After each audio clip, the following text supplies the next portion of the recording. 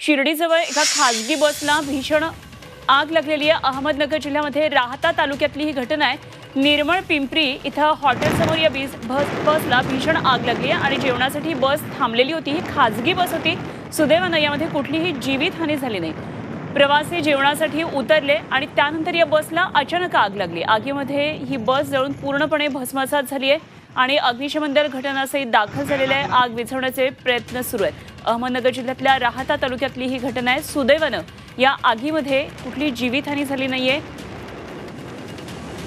काही वेळापुरती बसमधले प्रवासी होते ते खाली उतरलेले होते। बसने ब्रेक घेतलेला होता आणि प्रवासी उतरले असल्यामुळे कुठली जीवितहानी झाली नाही। अहमदनगर जिल्ह्यातल्या राहता तालुक्यातली घटना आहे। भीषण अशी ही आग बसला लागलेली दिसतेय। निर्मळ पिंपरी इथं हॉटेलसमोर या बसला भीषण आग लागली। कुणाल जमदाडे आमचे प्रतिनिधी आपल्या बरोबर आहेत। आणखी सविस्तर माहिती त्यांच्याकडून जाणून घेऊया। कुणाल, शिर्डीमधल्या बस दुर्घटनेसंदर्भातली माहिती कळतेय। संपूर्ण बस जळून खाक झाली आहे। प्रवासी मात्र सुखरूप असल्याचं कळतंय। काय नेमके तपशील आहेत?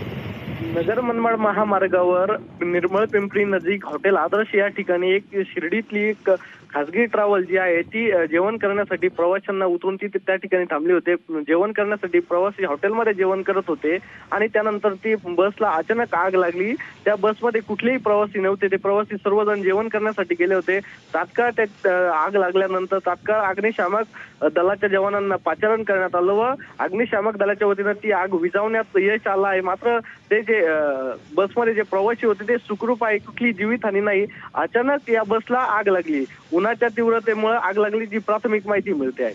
ठीक, कुणाल, धन्यवाद दिलेल्या या सगळ्या सविस्तर माहितीसाठी। सध्या उन्हाच्या झळा तीव्र होऊ लागलेल्या आहेत। अनेक ठिकाणून खरं तर अशा प्रकारच्या वाहनांना अचानक आग लागण्याच्या घटना समोर येतात आणि अशीच एक घटना ही शिर्डीजवळ सुद्धा घडलेली आहे। खासगी बसला भीषण आग लागली। ही बस थांबलेली होती। प्रवासी सर्व खाली उतरले होते।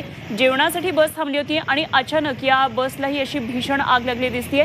मोठ्या ज्वाळा या बसमधून बाहेर येताना दिसतात। पूर्णपणे ही बस जळून खाक झाली आहे आणि मोठं सुदैव की जे सर्व प्रवासी बसमध्ये होते ते खाली उतरलेले होते।